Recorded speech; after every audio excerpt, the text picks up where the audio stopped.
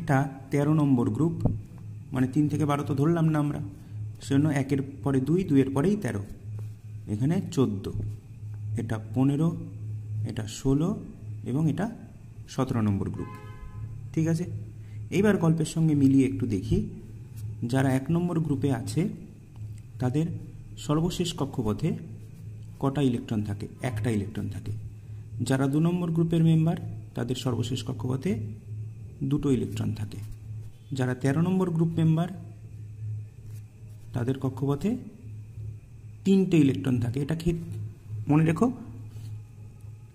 যে 13 থেকে 17 এই গ্রুপগুলোর মেম্বার যারা হবে, যেমন 13 নম্বর গ্রুপের মেম্বারকে বোরন, অ্যালুমিনিয়াম, গ্যালিয়াম এরা, ঠিক সেরকম 15 নম্বর গ্রুপের মেম্বারকে নাইট্রোজেন, ফসফরাস এরা। এদের সর্বশেষ কক্ষপথের ইলেকট্রন সংখ্যা বার করার জন্য শুধু খেয়াল রাখবে 1 সংখ্যাটা মনে মনে বাদ দিয়ে দাও, ধরবে না, তাহলে সেটাই তাদের সর্বশেষ কক্ষপথের ইলেকট্রন সংখ্যা। সেই হিসাবে 13 নম্বর গ্রুপের শেষ কক্ষপথে 3টে ইলেকট্রন আছে, 15 নম্বর গ্রুপের শেষ কক্ষপথে 5টা ইলেকট্রন আছে, 16 নম্বর গ্রুপে 6টা এবং 17 নম্বর গ্রুপে 7টা। এইবার চলে আসি ফাইনালি যোজ্যতা বা ভ্যালেন্সি। 1 নম্বর গ্রুপে যারা আছে, আমরা গল্পের সঙ্গে এবার মেলাই।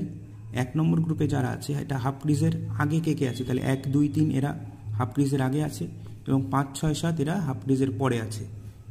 গ্রুপ 14-এর মেম্বার একদম মিডিল ক্রিজে আছে। এখানে টোটাল কটা গ্রুপ ছিল? 1, 2, 3, 4, 5, 6, 7।